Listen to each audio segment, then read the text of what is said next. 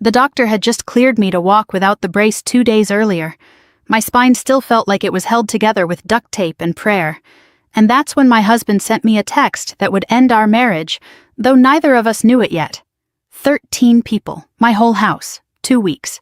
No warning, no discussion, no room for the word no. I stared at that message in a hospital recliner with a surgical wound still healing under my shirt, and I thought about 15 years of learning how to survive things worse than this. I just didn't expect the worst thing to come from someone who slept beside me every night. My name is Brianna Perry. I'm a major in the United States Army, which is a fact that used to make my husband's family go quiet with something like respect back when we were newly married, and respect was still cheap and easy to give. 15 years in, and I'd learned to read a battlefield better than I could read the man across my own dinner table. That should have told me something a long time ago. I was 4 days out of a spinal surgery when Ethan's text came through. Herniated disc training accident. The kind of injury that doesn't announce itself until you're on the ground, unable to feel your legs for 11 seconds that felt like 11 years. The surgeon had gone in and shaved down the bone, pressing on my nerve, and when I woke up, he stood at the foot of my bed and told me in that flat clinical voice doctors use when they need you to actually listen, that I was not to lift anything heavier than a coffee cup, not to stand at a stove for longer than 10 minutes, not to climb stairs more than a couple of times a day for a minimum of 6 weeks. He wrote it down. He made me repeat it back to him. I remember lying there afterward, staring at the ceiling tiles, feeling almost proud of myself. 15 years of taking orders, and for once the order was to rest. Then my phone buzzed on the tray table. Tomorrow all 13 of us are coming to stay at the house. 2 weeks. I read it twice. I set the phone down. I picked it back up.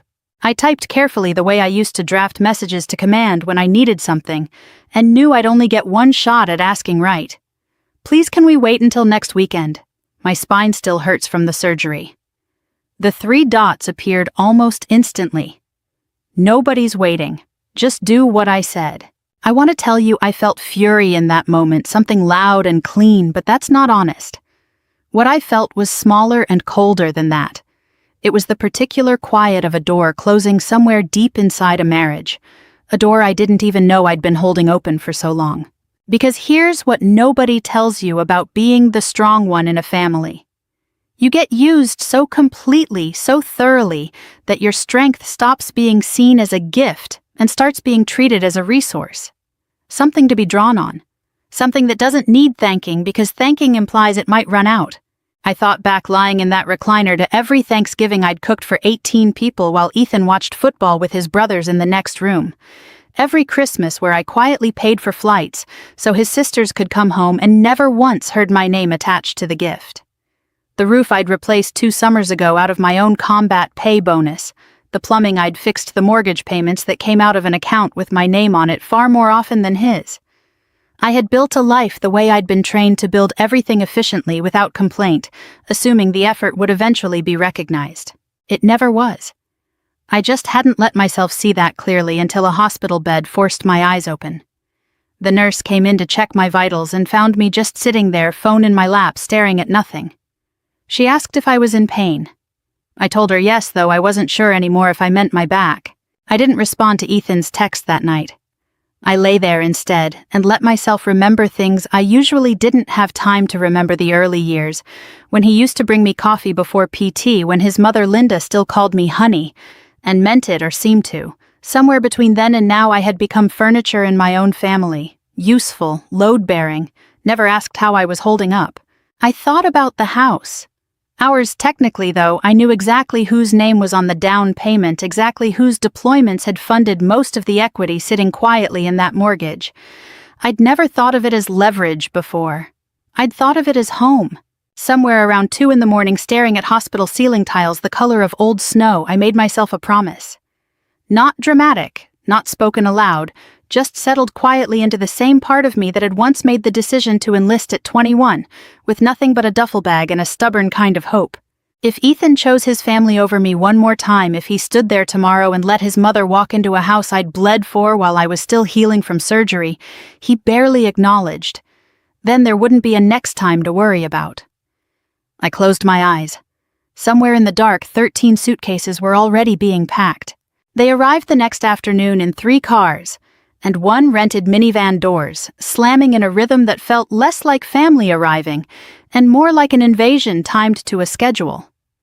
I watched from the kitchen window, one hand braced against the counter, because standing too long already sent a low ache spiraling down my left leg, and I counted heads as they spilled out onto the driveway. Linda first, of course, moving like she already owned the place, which, in her mind, she probably did. Behind her, my brothers-in-law wrestling coolers out of the trunk, my sisters-in-law herding children, who were already shrieking about who got which room suitcases stacked 3 deep on the porch before anyone had even rung the bell. Not one person asked where Ethan's wife was. Not one person asked how I was healing. Ethan opened the door before they could knock, grinning the wide, easy grin he saved for his mother, and Linda swept past him into the front hall like she was inspecting a hotel she'd booked and found slightly beneath her standards. Her eyes moved over the living room, the dining table, the staircase, before finally landing on me, standing awkwardly by the kitchen doorway. "The guest room isn't ready," she said. "Not hello, not how are you feeling, just an observation delivered like an order." "We just got the sheets washed yesterday," I said carefully. "I can show you where the towels are." "Where are the fresh towels?" she asked, already moving toward the hallway closet as though she hadn't heard me at all. My sister-in-law Kayla wandered into the kitchen a few minutes later, opening the refrigerator and frowning at its contents like it had personally disappointed her. "We're starving," she announced to no one in particular. "Is anyone going to make breakfast?" I felt the question land somewhere in my chest, a small hook catching skin. I looked at Ethan, who was carrying bags upstairs, whistling entirely unbothered. "Honey," he called down without even turning around, "can you make something? Everyone's hungry from the drive." I want to explain what 4 days out of spinal surgery actually feels like, because I don't think people who haven't lived inside a body like that understand the calculation involved in something as small as reaching for a skillet. Every motion gets weighed. Every bend of the knee to reach a low cabinet becomes a decision your nervous system negotiates before your muscles agree to it. I stood at that stove anyway, moving slower than I ever had in my life, cracking eggs one at a time, because gripping the carton too hard sent a spike up through my spine that made my vision blur at the edges. Linda walked through the kitchen while I cooked, glanced at the way I was leaning against the counter for support, and said to no one, though clearly meant for me, "Army women are supposed to be tough." Kayla laughed from the table. "I guess military surgery isn't that serious then," she said, buttering toast like she hadn't just landed a blade neatly between my ribs. I didn't answer either of them. I focused on the eggs. I focused on breathing through my nose the way I'd trained recruits to do when the pain in a ruck march started talking louder than their discipline. I served breakfast to 11 adults, and 2 children ate almost nothing myself, and by the time the last plate was cleared, my lower back had locked into a stiff, burning knot that made sitting down feel like lowering myself onto broken glass. That night, unable to sleep, I got up slowly for water and passed the guest room where Linda and Ethan's father were staying. The door was cracked. I heard my own name. "She paid for this house," Linda was saying, her voice pitched low, but not low enough. "But after enough years living here, contributing, being part of the family, it's basically ours too. That's how these things work." I heard Ethan's voice answer, easy, amused. "Exactly, Mom. That's exactly how it works."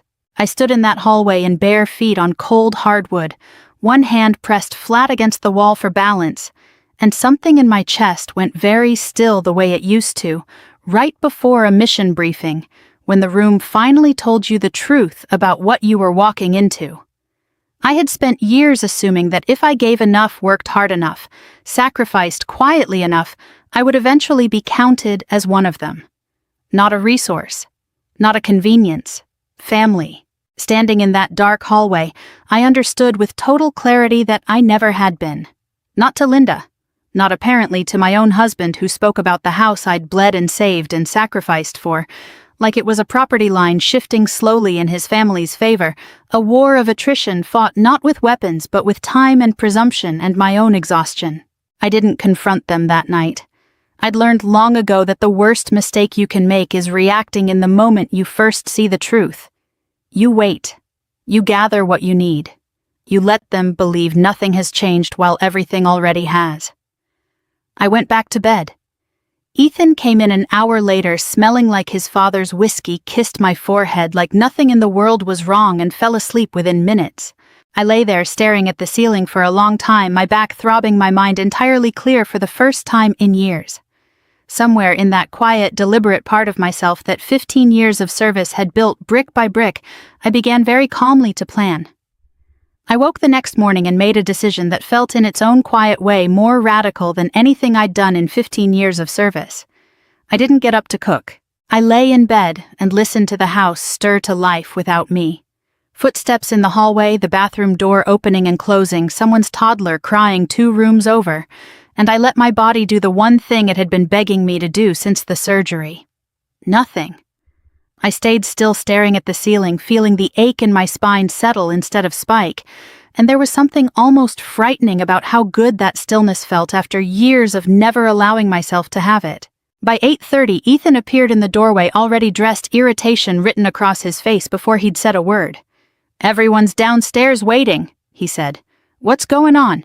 "I'm resting," I told him, like the doctor ordered. "They're hungry, Bree. There's cereal in the pantry, eggs in the fridge. They're capable adults." He stared at me like I'd started speaking a language he didn't recognize. In fairness, maybe I had. This wasn't a language he'd ever heard from me before, not in 9 years of marriage, not through 2 deployments, not through his mother's holiday visits, or his siblings' endless favors. I had always spoken fluent accommodation. This was something else. He left without another word, and I heard him downstairs a few minutes later, his voice tight, trying to explain to a kitchen full of relatives why breakfast wasn't happening. I heard cabinets banging open, someone asking where the coffee filters were kept, a child asking loudly why Aunt Brianna wasn't making pancakes like she did last time. I didn't get up, not for breakfast, not for lunch, not to fold the mountain of towels someone had left damp on the bathroom floor, not to referee the argument that broke out over whose turn it was to do dishes. I stayed in that bedroom first, out of doctor's orders, then increasingly out of principle, watching through the door, as 13 adults who had never once operated this household on their own tried badly to keep it running. By early afternoon, Linda knocked sharply and let herself in without waiting for an answer, which had always been her way. "What is wrong with you?" she demanded, arms crossed over her chest, standing at the foot of my bed like a drill instructor inspecting a recruit who'd failed formation. "You have guests." "I have family," I corrected, my voice even. "And I had spinal surgery 5 days ago. The doctor said 6 weeks of rest minimum. I've given this house 15 years of never resting. I think it can survive without me for 2 weeks." "This is embarrassing," Ethan said from the doorway, his jaw tight, his voice pitched low the way it got when he was trying not to raise it in front of his mother. "You're embarrassing me in front of my whole family." I sat up slowly, carefully bracing one hand against the mattress, and looked at him for a long moment before I answered. "No," I said. "For the first time in a long time, I'm simply following medical orders. If that embarrasses you, I think that says more about what you expected from me than anything I've done." He didn't have a response for that. He rarely did when I stopped performing the role he'd assumed I'd play forever. The house grew louder and more chaotic as the day wore on. I heard dishes clattering in ways that suggested nobody knew where anything actually belonged. I heard someone ask where the extra sheets were kept. Someone else ask how the thermostat worked, one of the kids crying because nobody could find snacks in a pantry I had always kept perfectly invisibly stocked. Small things individually. Together they painted a picture I don't think anyone in that house had ever truly seen before, how much of the machinery of that home ran on me silently, constantly, without anyone noticing until the machine simply stopped. That evening Ethan came back upstairs, and this time his anger had curdled into something quieter, more wounded, which was somehow worse. "You're punishing all of us," he said, sitting on the edge of the bed, not looking at me. "Because of one text message." "It wasn't one text message," I said. "It was 15 years leading up to one text message. You just happened to send the one that finally made me look at all of them at once." He didn't say anything to that either. He sat there for a long moment, and for just a second I thought maybe finally something might shift in him.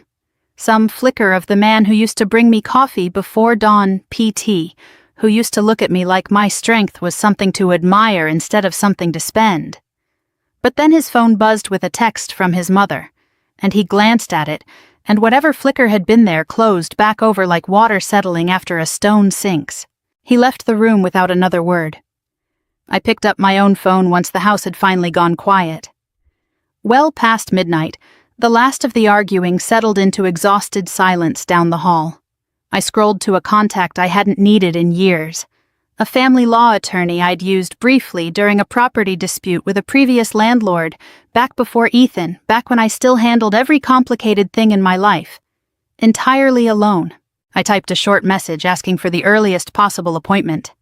Something in me, some old steady instinct honed over 15 years of reading situations correctly, before they fully revealed themselves, told me I was going to need more than intuition to protect what I'd built. I set the phone on the nightstand, lay back against the pillows, and for the first time since the surgery, I fell asleep without dreading what tomorrow would bring. Tomorrow I had a plan. The attorney's office smelled like old paper and burnt coffee, a smell I found strangely comforting the way certain smells remind you of places where hard truths get handled competently. Her name was Denise Marsh, a woman in her 50s with reading glasses pushed up into gray hair and the unhurried patience of someone who had heard every version of betrayal a marriage could produce.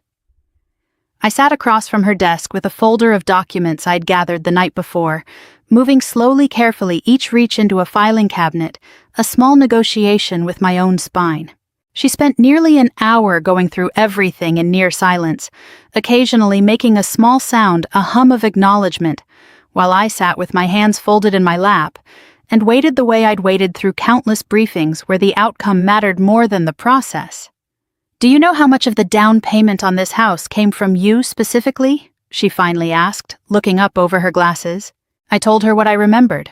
My combat bonuses, the proceeds from selling my condo before we married, my savings from 2 deployments where there had been nothing to spend money on but time. She turned her laptop toward me. "According to the closing documents and the bank records you brought, it's closer to 95%, she said. "Your husband's contribution was minimal, a few $1,000s relative to the total." I sat with that number for a moment. I had always known in some vague, unexamined way that I'd paid for most of it. I had never let myself actually calculate the number, because calculating it felt like keeping score in a marriage, and keeping score had always felt like something ugly, something beneath the person I wanted to be. Sitting in that office, hearing the number said aloud in Denise's flat, professional voice, I understood that not keeping score hadn't made me generous. It had made me exploitable. "There's something else," Denise said, and something in her tone made me sit up straighter. "I did a preliminary title search this morning since you mentioned concerns about your husband's family and the house. I want you to look at this." She slid a printout across the desk. My stomach dropped as I read it. An application filed 3 weeks earlier during the exact window I'd been hospitalized, and then recovering at home half-conscious some days from pain medication. An attempt to add Linda Perry as a co-signer on a home equity line of credit. A separate mortgage refinancing inquiry filed under Ethan's name alone, requesting a substantial cash-out against the equity in our house. "Both were denied," Denise said. "The bank required your signature on both applications given that you're listed on the title. Without it, neither could proceed." I stared at the paper until the words blurred slightly, not from tears, but from the effort of trying to absorb something my mind kept trying to reject. This hadn't happened while I slept beside him, unaware, trusting him, believing that whatever unkindness his family showed me, he at least stood somewhere on my side of the line. This had happened while I was in a hospital bed, unable to walk without assistance, unable to advocate for myself in any meaningful way. He had tried to access the equity of a house I had built with 15 years of hazard pay and deployment bonuses, and he had tried to do it specifically because he believed I was too incapacitated to notice or stop him. "Do you know something else you should know?" Denise asked gently, watching my face. I shook my head, unable yet to speak. She handed me another folder, this one, containing bank statements from the past 18 months. Together we went through them, line by line, the mortgage payments, the insurance premiums, the property tax bills, the roof repair from 2 summers ago, The plumbing overhaul, the new water heater, all of it paid from an account that was technically joint, but funded almost entirely by transfers from my own military pay. Ethan's contributions, when I finally saw them, laid out chronologically, instead of scattered across years of trust, amounted to almost nothing. A few grocery runs, a car payment on his own truck, beer money essentially dressed up as partnership. I left that office 2 hours later with a folder of my own thick, with copies my hands steady, despite the tremor I felt starting somewhere beneath my ribs. This was no longer a story about a thoughtless husband who'd failed to consider his wife's recovery when he invited 13 relatives into her home. This was a story about a calculated, quiet betrayal, an attempt to extract equity from a wounded woman's asset, while she was too weak to defend it, executed by the very person who had once vowed to defend her himself.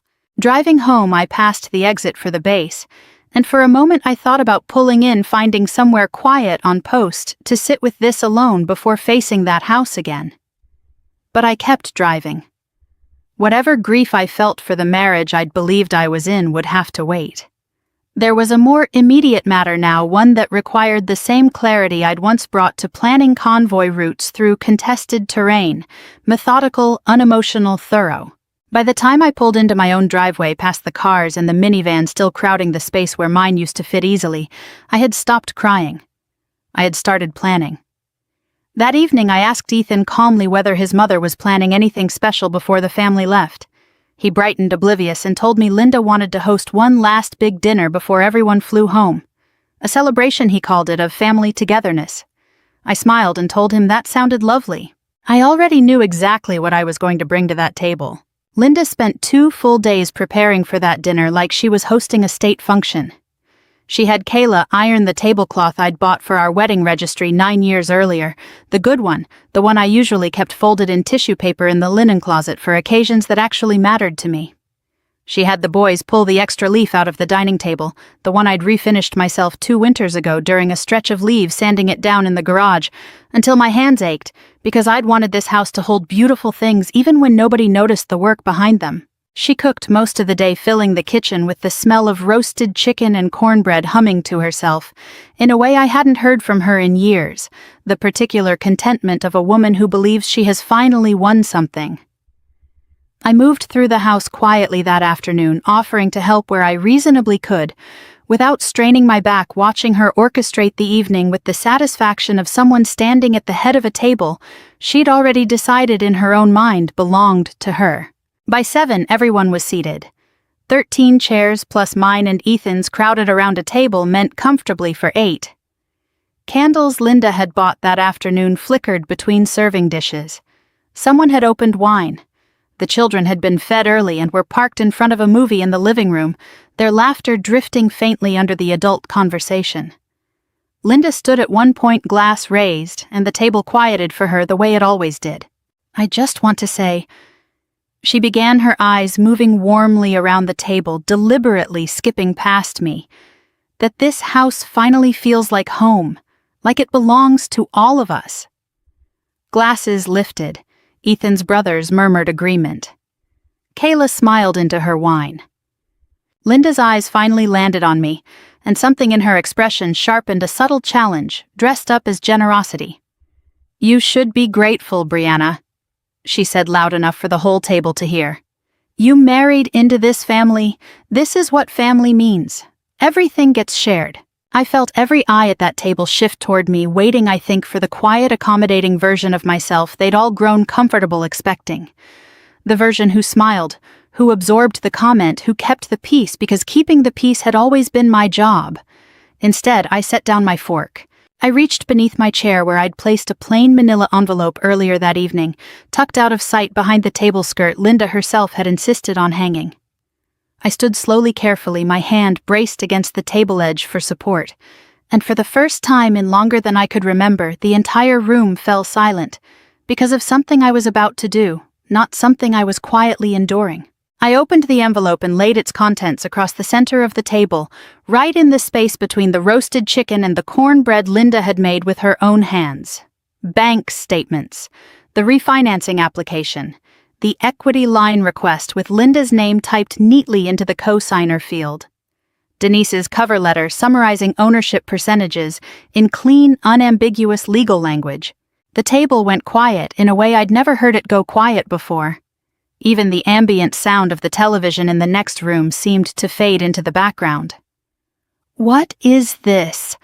Linda asked, her voice suddenly thinner than it had been a moment ago, reaching for the papers with fingers that weren't quite steady. "The truth," I said. My voice came out calmer than I expected, calmer than I felt the way it always had during the moments in my career that mattered most. About who paid for this house, about what was attempted while I was recovering from surgery, unable to defend myself, about what family actually means apparently to some of the people sitting at this table. Ethan's face had gone the color of the tablecloth. He reached for the papers, and I let him, watching his eyes scan the refinancing application with his own signature at the bottom. Dated 3 weeks earlier, the exact week I'd been in the hospital bed he'd never once visited outside of mandatory hours. "Brianna," he started, his voice cracking slightly. "Let me explain." "You don't need to," I said. "The bank already explained it for you. They required my signature. I never gave it. That's the only reason this house is still mine." Linda's hands trembled as she set the papers down, her earlier warmth curdling visibly into something colder, more defensive. "This is a private family matter," she said. "You didn't need to bring it to the table like this. You made it a family matter." I said, "The night you told your husband that after enough years this house would basically belong to all of you. I heard you, Linda, through the guest room door. I've simply been waiting for the right moment to respond." Nobody at that table moved for a long suspended stretch of seconds. The candles Linda had lit with such ceremony flickered over faces that had until moments ago been laughing. I looked around at the 13 people who had filled my home for 2 weeks, without once asking how my surgery had gone, without once offering to cook a meal or carry a bag, and I felt something settle inside me that was neither triumph nor rage, but something quieter and far more permanent. Recognition finally fully arrived. "Dinner's getting cold," I said, and sat back down. Nobody picked up their fork again. For a long moment after I sat back down, nobody spoke and nobody ate. The chicken sat untouched in its serving dish, steam still rising faintly into the candlelight, and I watched 13 faces cycle through the same private arithmetic, trying to figure out how much they'd known, how much they'd been complicit, and how much of this was about to fall on them personally. Ethan was still holding the refinancing application, staring at it, like the signature at the bottom might rearrange itself into someone else's name if he looked long enough. "This isn't what it looks like," he finally said, though his voice had lost all its earlier certainty. "Then explain what it looks like," I said. "Because from where I'm sitting, it looks like my husband tried to pull equity out of a house I built with 15 years of hazard pay, timed specifically for the 2 weeks I couldn't get out of bed without help." "I was under pressure," he said. "Mom kept saying we needed the cushion, that with the kids getting older the family needed—" "No," I said, cutting him off, my voice steady in a way that surprised even me. "You weren't under pressure. You were comfortable. There's a difference, Ethan. Pressure is something that happens to you. Comfort is a choice you keep making because nobody's ever made you stop." I reached into the envelope one more time and pulled out the last piece of evidence Denise had given me, one I hadn't planned on using unless I had to. A printout from our home security app, the little camera mounted above the front door that I'd installed 2 years earlier after a string of package thefts in the neighborhood, the same camera that recorded audio whenever it detected motion on the porch. Denise had pulled the clip during discovery, a recording from 3 weeks ago of Ethan standing outside with his mother thinking the conversation was private, the microphone catching every word with unforgiving clarity. I read the transcript aloud instead of playing it, my voice flat and even. "Once the house is refinanced and Mom's name is on the account, she won't have much choice. She'll either sign eventually or we'll find another way." Linda's face went the color of old paper. "That's taken out of context," she said quickly. Too quickly, her eyes darting toward her son as though he might rescue the sentence somehow. He didn't. He couldn't. There was no context that made those words sound like anything other than exactly what they were. The table erupted then, all at once, the careful silence shattering into overlapping voices. My brother-in-law Marcus pushed his chair back, telling his wife they were leaving in the morning that he wanted no part of whatever this actually was. Kayla, who'd laughed at my back pain days earlier, sat frozen with her wine glass halfway to her lips, saying nothing at all, her earlier confidence gone. Ethan's youngest sister started crying quietly, insisting she hadn't known anything, that she'd just come for the family reunion. Please, this wasn't about her. Linda tried once more to regain control of the room the way she always had, standing, raising her voice over the chaos. This is exactly the kind of drama that tears families apart, she said, looking around the table for support that wasn't coming. We should be able to work this out privately as a family. You had 2 weeks to be a family, I said. And something in my tone finally silenced the room completely. You had 2 weeks where I cooked with a surgical wound still healing, where I was called weak for needing rest, where nobody once asked if I was in pain. You had 15 years actually, where I paid for the holidays and fixed the roof and covered the mortgage, and never once heard my name attached to any of it with gratitude. This isn't drama, Linda. This is a bill finally coming due. Ethan tried one more time, his voice smaller now, almost pleading. Bree, please, we can fix this. I'll talk to Mom. We'll figure it out. I looked at him for a long moment. This man I had married, believing he would stand beside me the way I'd stood beside every soldier I'd ever served with, without question, without keeping score. I searched his face for something that might have made this easier. Real remorse, real understanding of what he'd tried to do while I lay recovering in a hospital bed, and found instead only fear of consequences, which is not the same thing at all. There's nothing to fix, I said quietly. There's only something to end. One by one, over the next hour, they began to leave the table, then the house. Marcus and his wife went upstairs to pack immediately, their voices low and tense behind the guest room door. Kayla left without a word to me, her suitcase wheels clattering across the hardwood floor. I'd refinished myself. By midnight, 6 of the 13 were gone, driving to a hotel because it was too late to change flights. The rest scattered to separate corners of the house, the earlier warmth of the evening replaced by a silence heavier than anything Linda's careful hosting could have produced. Linda herself sat alone at the dining table long after everyone else had cleared out, staring at the papers still spread across the tablecloth she'd had ironed with such care. And for the first time since I'd known her, she looked less like a woman in control of a family and more like a woman who had just realized how much she'd never actually understood about the one holding it together. I didn't stay to watch her sit there.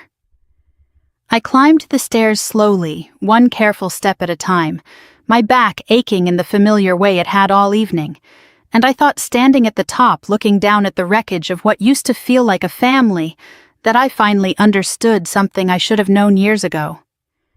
You cannot build a home for people who only ever saw you as its foundation, never as someone who lived inside it too. 3 months passed, the way recovery always does, slower than you want, faster than you expect once you look back at it.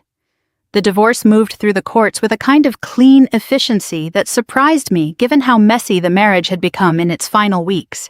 Denise had been right about the paper trail. Ownership percentages don't lie, and bank records don't remember loyalty or forget betrayal the way people do. In the end, the settlement reflected exactly what the documents had always shown. I kept the house. Ethan received a reimbursement calculated fairly against his actual financial contribution, a number far smaller than he'd apparently imagined himself entitled to, and no claim whatsoever to the property itself. Linda called twice in those 3 months. I let both calls go to voicemail. There was nothing left to discuss that hadn't already been said clearly enough at that dinner table, papers spread across a tablecloth she'd ironed for an occasion she thought would celebrate her victory instead of witnessing its end. My recovery continued alongside the legal proceedings, and in a strange way the two processes mirrored each other. Both required patience I wasn't naturally gifted with. Both required trusting a slow, unglamorous process, instead of demanding an immediate result. I did the physical therapy exactly as prescribed this time. No shortcuts, no pushing through pain to prove a point to anyone. I discovered somewhere in those quiet weeks of healing that taking care of myself wasn't selfish. It had simply never been modeled for me by anyone I'd shared a home with. By the time I returned to my unit, I was walking without a limp, standing straighter than I had in years, and not only because the surgery had healed. Something in my posture had changed on the inside too, the kind of change that shows up eventually on the outside if you give it enough time.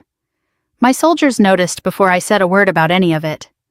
My command sergeant major, a woman who'd known me for a decade, looked at me across a briefing table one morning and said simply, "You look like yourself again, ma'am." I hadn't realized how long it had been since I'd looked like myself to anyone, including me. The house stayed quiet in a way it never had before. I kept the good tablecloth folded in the linen closet, though I use it now for dinners. I actually choose to host for people who actually ask how I'm healing before they ask what's for breakfast. I repainted the guest room a soft pale green last month, the kind of color that has nothing to prove to anyone. Some evenings I sit at that dining table alone with a cup of coffee, and the silence doesn't feel like loneliness. It feels like something I built on purpose finally, instead of something that happened to me while I was too busy taking care of everyone else to notice. A few weeks ago my phone buzzed with a message from a number I still hadn't deleted, though I'm not entirely sure why I kept it. "I miss home," Ethan wrote. I sat with that message for a long moment, coffee cooling in my hands, looking around the kitchen that had once felt like a battlefield disguised as a house.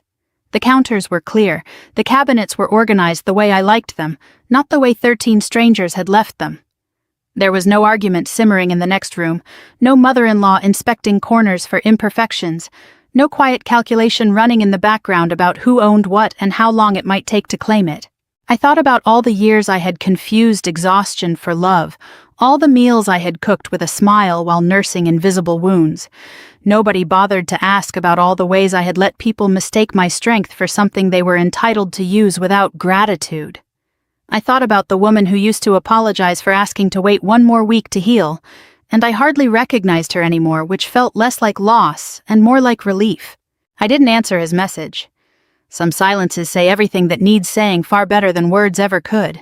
What I've learned, if there's anything worth passing along from all of this, is that revenge doesn't have to look like fire. Sometimes it looks like a woman quietly refusing to cook breakfast for people who never once asked if she was in pain. Sometimes it looks like paperwork laid out calmly on a dinner table, truth doing the work that anger never could. And sometimes the most powerful thing you can do to the people who took you for granted isn't to make them suffer at all. It's simply to stop carrying them and to watch without cruelty and without regret as they finally discover the true weight of everything you'd been holding for so long. I am not angry anymore sitting here in this quiet kitchen that finally truly belongs to me. I am something steadier than angry. I am home in every sense of that word for what feels like the first time in years. If this story meant something to you, if you've ever been the strong one in a family that mistook your endurance for an open invitation, I want to hear about it. Tell me in the comments where you're watching from tonight, and tell me if any part of Brianna's story felt like it was written about your own life too. We have stories like this one waiting for you every single day, real reflections of resilience and quiet justice. So make sure you subscribe and turn on notifications so you never miss a moment like this one. Thank you for walking through this journey with me. Let's keep telling these stories together.